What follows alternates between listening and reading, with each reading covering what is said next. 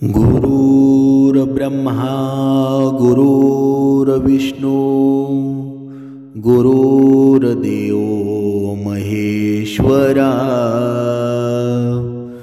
सद्गुरु साक्षात परब्रह्म तस्मै श्री सद्गुरुवे नमः। जय जय रघुवीर समर्थ श्री राम समर्थ। सद्गुरु चरणांना नतमस्तक होऊन आपण या सुंदर सकाळच्या मनमोहक वातावरणामध्ये या निरूपणास सुरुवात करूया। सर्वजण उपासना करूनच हे श्रवण करायला बसलेले आहेत असं समजून आपण या निरूपणास सुरुवात करूया। समर्थांनी सांगितलेलं आहे की जिथे मनुष्याचे सर्व मार्ग बंद होतात ना, तिथे सद्गुरु मार्ग चालू होतो। म्हणजे काय? म्हणजे आपले सर्व शर्तीचे प्रयत्न संपले जातात। तेव्हापासून सद्गुरु मार्ग आहे ना, तो मोकळा होत जातो। पण या सद्गुरु मार्गामध्ये प्रवेश कोणाला मिळतो बरं? प्रवेश त्यालाच मिळतो की त्याची परमेश्वरावर श्रद्धा आहे, परमेश्वरावर विश्वास आहे आणि निरंतर त्याचं चिंतन आहे ना, या वैखरीमधून घेतलं जातं। म्हणून आज आपण या निरूपणामध्ये पाहणार आहोत की या जगाची जगतमाता बघा कल्याणकारी स्त्रीच आहे ना, आणि या स्त्रीला कधी कधी एवढ्या दुःखातून सहन करावं लागतं ना, दुःखातून मार्ग शोधावा लागतो ना, की भरपूर त्रास सहन करावा लागतो। आणि आज आपण या निरूपणामध्ये स्त्रीबद्दलच बोलणार आहोत की कोणत्या कारणामुळं स्त्रीला पुत्रप्राप्ती होत नाही आणि काय केल्यानं स्त्रीला पुत्रप्राप्ती होऊ शकते आणि कोणत्या कारणामुळं स्त्रीचा गर्भ गळतो। या सर्व प्रश्नांची उत्तरं आहेत ना, या निरूपणामध्ये आपल्याला मिळणार आहेत। एकदा भगवान विष्णू आणि माता लक्ष्मी क्षीरसागरामध्ये शेष नागाच्या शय्येवर विश्रांती घेत असताना माता लक्ष्मी भगवान विष्णूंना विचारते, हे नाथ, आज माझ्या मनामध्ये एक शंका निर्माण झाली आहे, कृपा करून माझ्या या शंकेचं तुम्ही समाधान करा। भगवान विष्णू म्हणतात, हे प्रिये, तुझ्या मनात जी काही शंका आहे ना, निसंकोच होऊन मला सांग, आणि तुझ्या प्रत्येक शंकेचं समाधान आहे ना, ते करणं माझं परम कर्तव्य आहे। तेव्हा देवी लक्ष्मी म्हणते, हे प्रभू, आपण सर्व काही जाणता, संसारातील कणाकणामध्ये आपलाच वास आहे आणि आपणच जन्मदाता आहात, आणि आपल्या आज्ञेनंच काळ आहे ना, तो प्राण्याला ग्रास करत असतो, म्हणजे ग्रासत असतो, आणि आपणच संसाराला चालवता। म्हणून जन्म आणि मृत्यू आहे ना, ते आपल्याच हाती आहे। पण प्रभू, मला हे जाणून घ्यायचं आहे की कोणत्या स्त्रीला संतती सुख प्राप्त होत नाही, कोणत्या कारणामुळं गर्भातील बाळकाचा मृत्यू होतो आणि कोणत्या पापामुळं स्त्रियांचा गर्भ नष्ट होत असतो। हे जगदीश्वरा, हे कृपानिधान, मला हे जाणून घ्यायचं आहे की एका आईला संतती गमावण्याचं दुःख आहे ना, ते का सहन करावं लागतो। बघा, आपण पाहत असतो की बघा एखाद्या स्त्रीचा गर्भ आहे ना, कधी कधी 2 महिन्यांमध्ये, कधी कधी 3 महिन्यांमध्ये, आणि कधी कधी 8व्या 9व्या महिन्यांमध्ये सुद्धा बघा हा गर्भ गळून पडत असतो। पण हा नक्की होतं कशामुळं? याला नक्की कारणं काय आहेत? आणि ही शास्त्रामध्ये कारणं आहेत ना, ती पूर्णपणे सांगितलेली आहेत।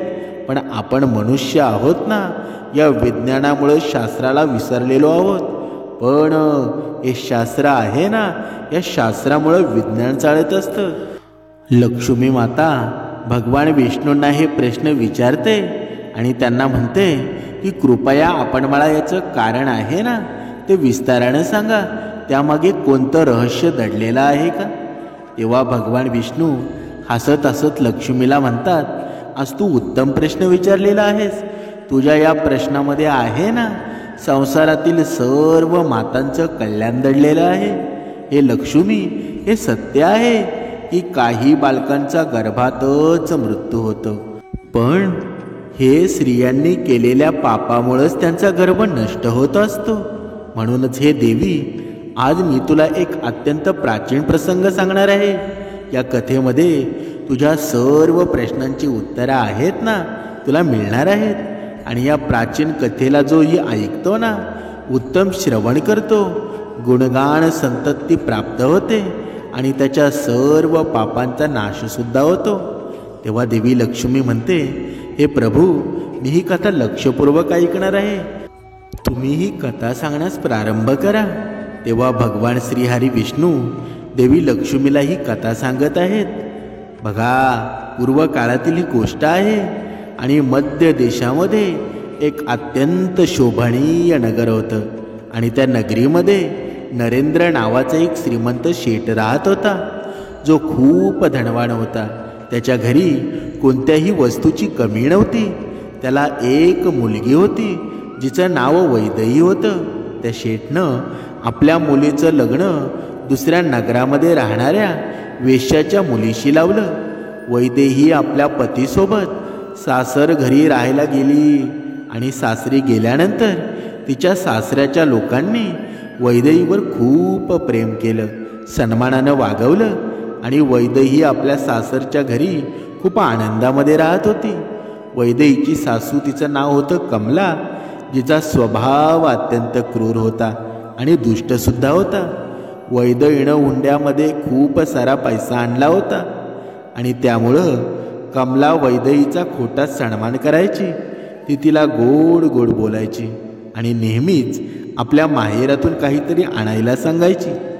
वैदेही आपल्या या सासूची गोष्ट मानून आपल्या वडिलांना सांगायची आणि घोडे, गाई, बैल, धान्य, वस्त्र अशा अनेक वस्तू मागवायची आणि तिचे वडीलही सर्व काही आनंदाने तिला देत असत. आता दिवसांदिवस वैदेहीच्या सासूचा लोभ होता ना, तो वाढतच चालला होता. ती वैदेहीच्या माहेरचा सर्व काही हडप करू इच्छित होती. पण भोळी बाबडी वैदेही या गोष्टीची पूर्णपणे आणवीत नव्हती. ती सासूच्या गोड गोड बोलण्यामुळं पटकन आनंदित व्हायची आणि तिच्या प्रत्येक गोष्टीला मान्य करायची. वैदेहीचा पती श्रीधर स्वभावाने भोळा होता आणि आपल्या आईच्या प्रत्येक आज्ञेचं पालन तो करत असे. त्याच्या आईनं लहानपणापासूनच आपल्या मुलाला पूर्णपणे स्वतःच्या ताब्यामध्ये करून ठेवलं होतं. त्यामुळं श्रीधर कधीच आपल्या आईच्या आज्ञेचं उल्लंघन करत नसे. वैदेहीला तिच्या सासरच्या घरामध्ये सर्वांचं खूपच प्रेम मिळत होतं आणि ज्यामुळं वैदेही खूपच आनंदित राहू लागली होती. तिचे वडीलही वैदेहीला आनंदित पाहून खूप प्रसन्न व्हायचे आणि ते आपल्या मुलीला आनंदात पाहण्यासाठी प्रत्येक वस्तूंचा त्याग करण्यास तयार होते. या प्रकारे अनेक महिने गेले आणि वैदेही गर्भवती झाली. जेव्हा ही गोष्ट तिच्या सासूला कळाली ना, तेव्हा ती खूपच आनंदित झाली. तिने लगेच वैदेहीच्या आईवडिलांना ही गोष्ट सांगितली आणि सोबतच मोठमोठ्या वस्तूंची मागणीसुद्धा केली.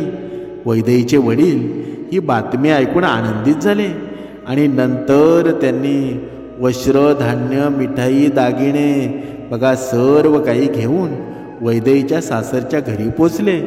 तिथे त्यांना खूप प्रेम मिळाले, आदराने स्वागतसुद्धा केलं आणि वैदेहीने आपल्या वडिलांना पाहून खूप आनंदित झाली. नंतर काही वेळ थांबून वैदेहीने वडील त्याच दिवशी परत आपल्या घरी परतले. अनेक दिवसांपर्यंत वैदेहीचा गर्भ वाढत होता आणि वैदेहीच्या सासूने तिची खूप चांगल्या प्रकारे काळजी घेऊ लागली. पण काही दिवसांनीच अशी दुर्घटना घडली, ज्यामुळं वैदेहीचं जीवन दुःखांनी भरून गेलं. तिच्या हसत्या खेळत्या जीवनामध्ये अचानक अंधार पसरला. एके दिवशी अचानक वैदेहीचा गर्भ पडला आणि ज्यामुळं वैदेहीची ही सासू आहे ना, ती खूपच रागावली आणि नंतर वैदेहीला टोमणे मारू लागली आणि म्हणू लागली, ए पापिणी, तू कोणतं पाप केलं होतंस? कुळाचा नाश करणारी कळंकिनी आहेस तू. तू स्वतःच्या मुलाला खाल्लं आहेस आणि जन्म देण्यापूर्वीच त्या मुलाला मारलं. अशा प्रकारे वैदेहीची सासू आहे ना, तिला खूप टोमणे मारू लागली, ज्यामुळं वैदही दुःखी आणि उदास सुद्धा झाली आणि म्हणू लागली, सासूबाई, यात माझा काही दोष आहे का? मला काहीही समजत नाही. असं का झालं? मी निर्दोष आहे आणि मी कोणतंही पाप केलेलं नाही. तरीही माझं हे कसं दुर्भाग्य आहे. पण वैदेहीच्या सासूला तिच्यावर थोडीही दया आली नाही आणि ती म्हणाली, अरे दुष्ट, तू नक्कीच काही पाप केला आहेस, ज्यामुळं तुझ्या संततीचा गर्भातच मृत्यू झाला आहे. उलटा आणि पापिणी स्त्रियांच्या मुलांचे पोटातच मृत्यू होतात, हे सत्य आहे. तू जन्म होण्याआधीच माझ्या वंशाचा नाश केलास. त्यानंतर वैदेहीची सासू तिच्यासोबत खूप वाईट वागू लागली होती. तिला प्रत्येक गोष्टीवर टोमणे मारायची, तिला वाईट साईट म्हणू लागायची. आता तिची सासू आहे ना, तिच्याशी नीट बोलत सुद्धा नव्हती. दिवसभर घराचे सगळे काम करून घ्यायची. दिवसभर काम केल्यानंतर तिला फक्त रात्री विश्रांती मिळत होती. वैदेहीला घराचे उष्ट अन्न खावं लागत होतं आणि अचानक आपल्या सासूचे असे बदललेले रूप पाहून वैदेहीला खूपच भीती वाटू लागली आणि ती सासूच्या समोर येण्यासाठी सुद्धा घाबरत होती. नंतर काही महिने जाऊन वैदेही पुन्हा गर्भवती झाली, ज्यामुळे तिच्या घरातील सर्वजण आनंदित झाले. पण वैदेहीच्या सासूला तितका आनंद झाला नाही. तिला टोमणे मारायची, एका मुलाला तर खाल्लंच, बघ आता याला सुद्धा जिवंत ठेवशील की खाशील? यावर काही विश्वास बसत नाही. ही तर चुडेल आहे. माझ्या भोळ्या मुळानं एका चुडेलशी लग्न करून तिला घरी आणलं आहे. हिच्या घरच्यांनी आम्हाला मुद्दामच फसवलेला आहे. तरीही वैदेही शांत राहून सगळं सहन करत होती. यावेळी वैदेहीच्या सासूनं वैदेहीच्या वडिलांविषयी काहीही माहिती दिली नाही. ती शांतच राहिली. इकडे हळूहळू वैदेहीचा गर्भ वाढत होता आणि वैदेही गर्भ अवस्थेमध्ये असताना घराचं काम राहिलं. खूप कामं करून थकल्यानंतर वैदेहीच्या सासूला तिच्यावर दया येत नव्हती. यावेळी वैदेहीला 9 महिने पूर्ण झाले आणि आता तिच्या प्रसूतीची वेळ आली होती. वैदेहीला खोलीत नेलं आणि नंतर वैदेहीनं बाळाला जन्म देऊ लागली. जेव्हा वैदेहीनं बाळाला जन्म दिला ना, तेव्हा त्या बाळाच्या तोंडातून कोणताही आवाज आला नाही. ते बाळ कोणतंही हालचाल करत नव्हतं. यावेळी वैदेहीनं एका मरण पावलेल्या मुलाला जन्म दिला होता. हे ऐकताच वैदेही खूप दुःखी झाली आणि जोरामध्ये रडू लागली. इकडे वैदेहीची सासू खूप रागवली होती.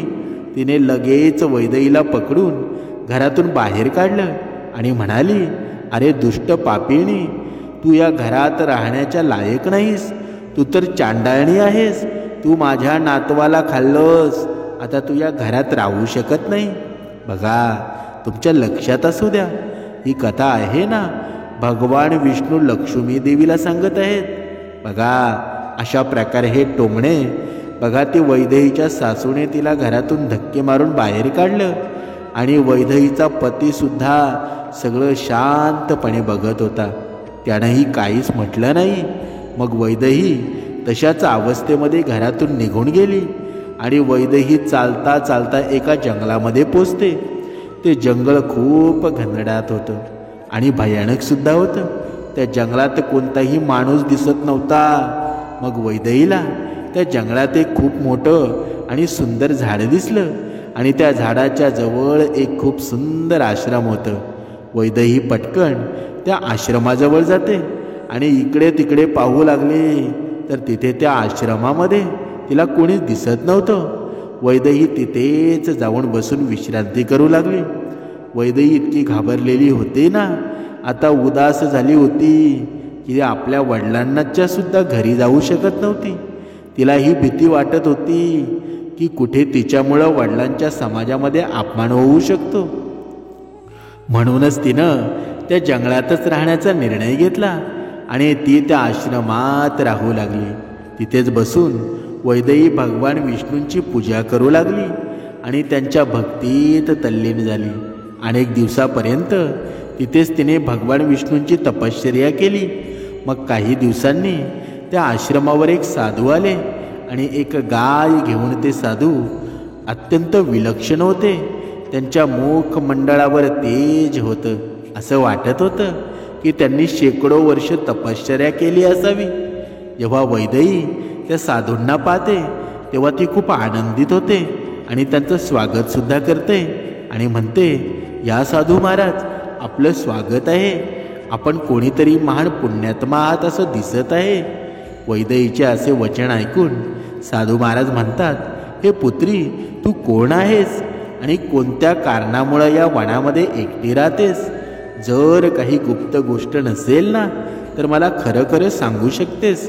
तू इथे एकटी का राहत आहेस बरं? तुझे पती कुठे आहेत बरं? तुझ्या दुःखाचं कारण काय आहे?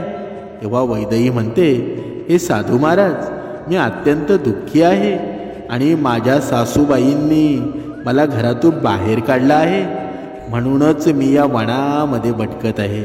साधू म्हणतात, हे पुत्री, तुझ्या सासूनं असं का केलं? कोणत्या कारणामुळं तुला घरातून बाहेर काढलं आहे? तेव्हा वैदेही म्हणते, ते साधू महात्मा, हे साधू महात्मा, माझी पहिली संतती गर्भातच नष्ट झाली.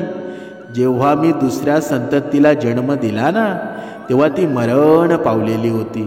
याच कारणामुळं रागावून माझ्या सासूबाईंनी मला घरातून बाहेर काढलं आहे. आता मी इथेच निवास करत आहे.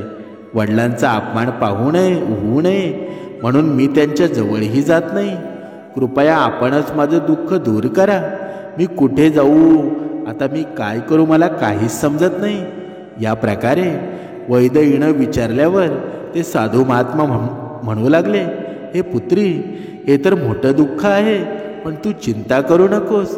मी तुला काही उपाय सांगतो. बघा, सर्व माऊलींनी हे उपाय काय आहेत आणि कशा पद्धतीनं आपण या संकटाला सामोरे जाऊ शकतो हे सर्वांनी व्यवस्थित लक्षात असू द्या. कारण या निरूपणाचं सार आहे ना ते आतापासून खरं तुमच्या लक्षात येणार आहे. बघा, ते साधू महाराज तिला उपाय सांगू लागतात. तू तो उपाय कर ज्यामुळे तुला उत्तम संतती प्राप्त होईल. तू या गायीला आपल्या जवळ ठेव, तिची सेवा कर. तिची सेवा केल्यानं तुला उत्तम संतती सुख मिळेल. आता मी तुला सांगणार आहे की गर्भधारणा केलेल्या स्त्रीनं कोणते नियम पाळायला हवे.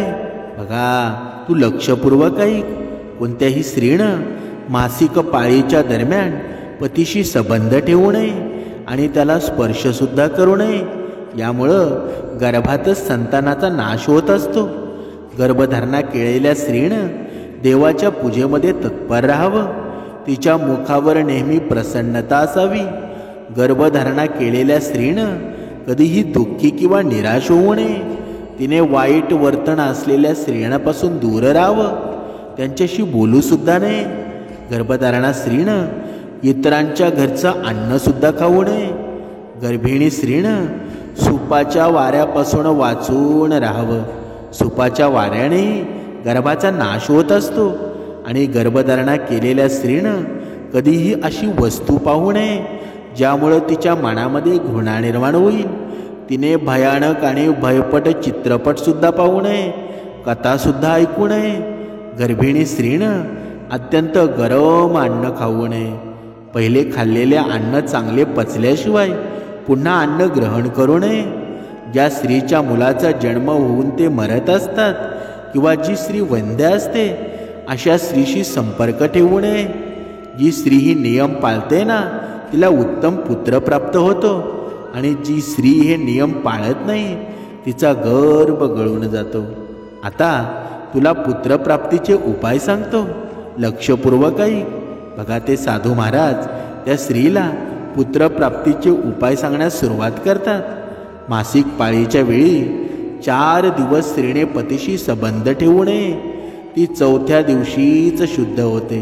1 आठवड्यानं ती देवी देवतांची पूजा करण्यामध्ये पात्र होते.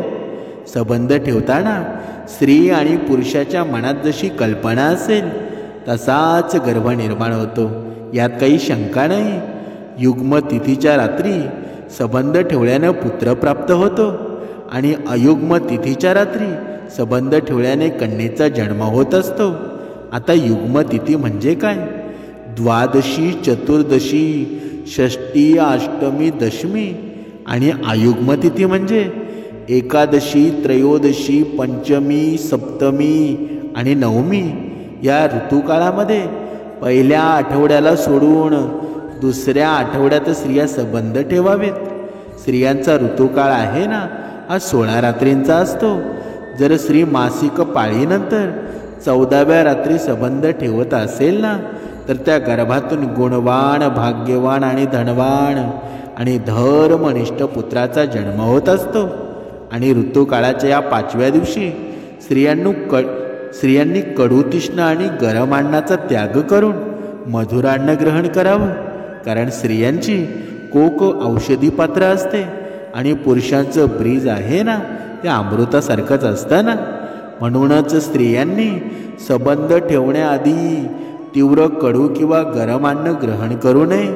ते साधू म्हणतात, हे देवी, मी तुला संतान प्राप्तीसाठी महत्त्वपूर्ण नियम सांगितले आहेत.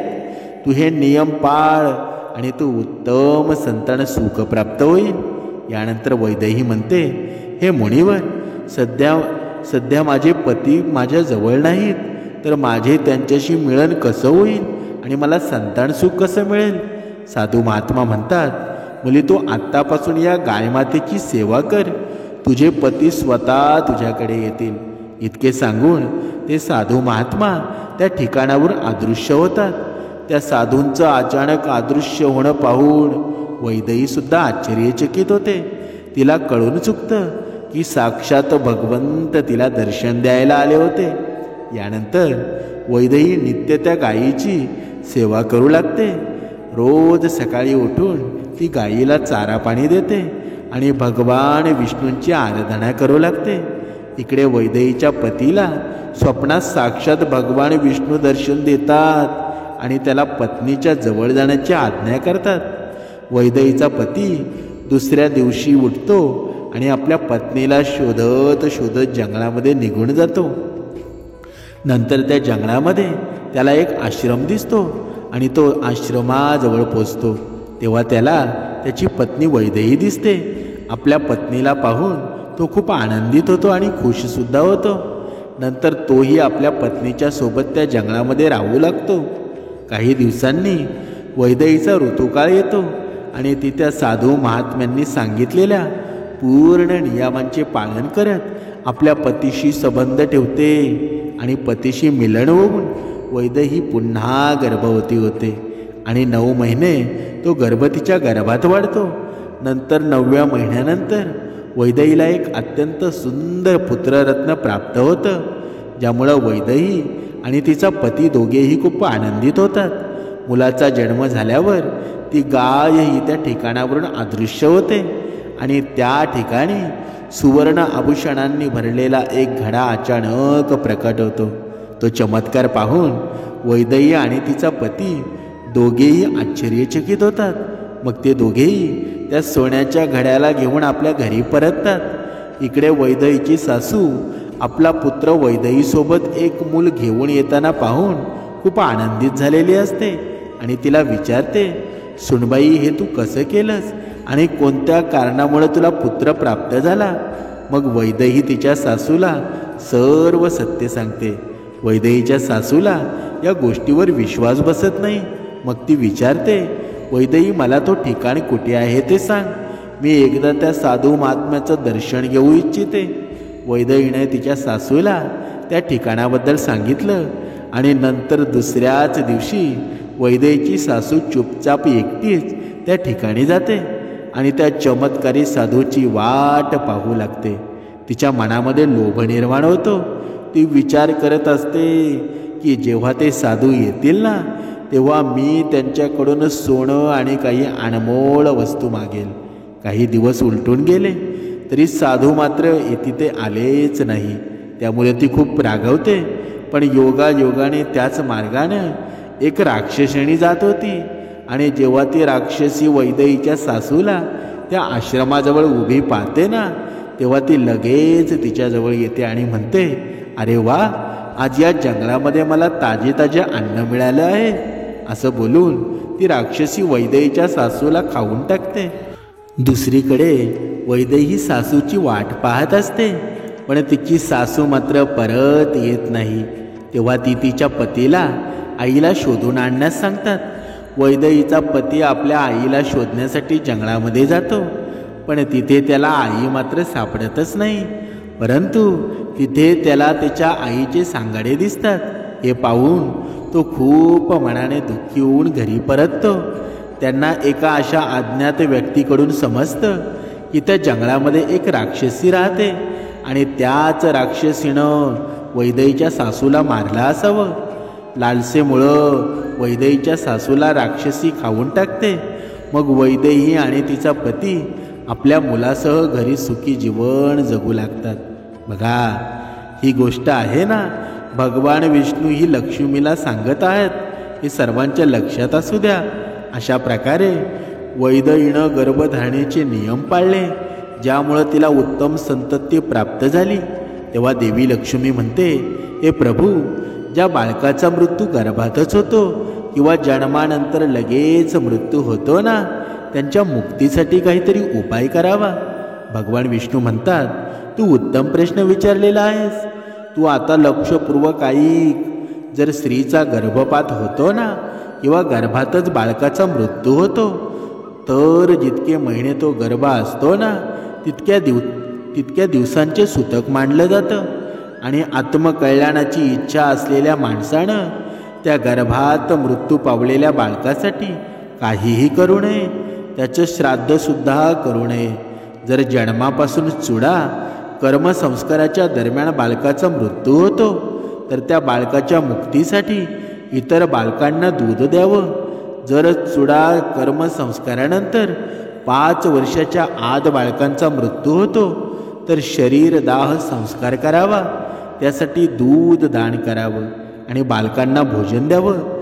जर 5 वर्षाच्या वयाच्यानंतर बालकाचा मृत्यू होतो, तर त्याचा दाह संस्कार करून त्यासाठी जलाने भरलेले मातीचे पात्र आणि खिरीचं दान करावं. तेव्हाच त्या बालकाला पुनर्जन्म प्राप्त होत असतो. अशा प्रकारे भगवान विष्णूंनी माता लक्ष्मीला गर्भधारणेचे हे रहस्य सांगितले. इथे समर्थांनी सांगितलेलं आहे, बघा, प्रत्येक स्त्रीनं जेव्हा गर्भधारणा होते ना, तेव्हा या सर्व नियमांचे पालन करायला हवं. कारण का? कारण ही पूर्ण माहिती आहे ना, ती आपण शास्त्राद्वारे पाहिलेली आहे. शास्त्रामध्ये जे काही सांगितलेलं आहे ना, त्या प्रत्येक नियमांचं पालन आहे ना, त्या स्त्रीनं करायला हवं. कारण आत्ताच्या कलियुगाचा जर विचार केला ना, तर 50% स्त्रिया आहेत ना, त्यांचा गर्भ अचानक गळून पडतो. पण त्याची कारणं काय असतात ही तुम्हाला या निरूपणामध्ये समजली असतील. म्हणून ही गोष्ट म्हणून ऐकू नका, कारण या निरूपणाचं सार आहे ना. कारण तुम्हाला ज्या गोष्टीची गरज असते ना, तेच समर्थ तुम्हाला देत असतात आणि तुमची गरज समजूनच तुमच्यावर योग्य प्रकारे संस्कारसुद्धा करत असतात. म्हणून जिथे मानवाची बुद्धी हीन होते ना, तिथे सद्गुरू विचार चालू होतात, तिथे सद्गुरू प्राप्ती निर्माण होते. बघा, आपण कधी कधी भरपूर दवाखाने करूनसुद्धा, भरपूर उपचार करूनसुद्धा आपल्याला गर्भधारणा होत नाही. पण हे शास्त्रामध्ये सांगितलेल्या काही गोष्टी आहेत ना, काही अचूक उपाय आहेत ना, त्या अचूक उपाय जर आपण केले ना, तर नक्कीच प्रत्येक माऊलीला जिला बघा मूल होत नाही, तिला सुद्धा मूल होणार आहे. म्हणून या गोष्टींचं आणि या नियमांचं पालन करा. कारण प्रत्येक भक्ताच्या घरामध्ये जेव्हा सुख निर्माण होतं ना, तेव्हा सद्गुरू आईला सुद्धा बरं वाटतं.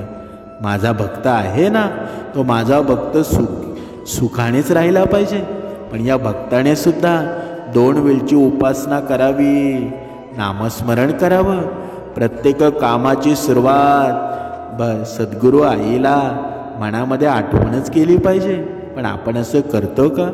म्हणून हे समर्थ विचार आहेत ना, तुम्हाला कधीच कमी समजू देऊ नका. कारण हे समर्थ विचार आहेत ना, जिथे तुमची विचार करण्याची क्षमता संपते ना, तिथून समर्थ विचार चालू होतात. म्हणजे काय? जिथे अंधार असतो ना, तिथे प्रकाश निर्माण करण्याचं काम आहेत ना, हे सद्गुरू विचार करत असतात. म्हणून आपल्या वैखरीमध्ये गोडवा ठेवा, दुसऱ्याच्या जीवनामध्ये आनंद निर्माण करा. तुमचं जीवनसुद्धा सुख समाधाने भरल्याशिवाय राहणार नाही. रोज 2 वेळची उपासना करा. ब्रह्ममुहूर्तावर उठा. ज्यांच्या जीवनामध्ये भरपूर संकट आहेत ना, ज्यांच्या जीवनामध्ये भरपूर अशा गोष्टी घडलेल्या आहेत, त्यांनी ब्रह्ममुहूर्तावर उठा. ब्रह्ममुहूर्ताचं टायमिंगसुद्धा तुम्हाला मी सांगितलेलं आहे. बघा, हे सर्व ब्रह्ममुहूर्तावर उठा आणि रोज 2 वेळची उपासना करा. तुमच्या जीवनामध्ये आनंदाचे दिवस आल्याशिवाय राहणार नाही. सद्गुरू कृपा नक्कीच होणार. तुम्हाला प्रचितीसुद्धा येणार आणि तुमच्या जीवनामध्ये तुमच्या जीवनाचं सोनं झाल्याशिवाय राहणार नाही. जय जय रघुवीर समर्थ.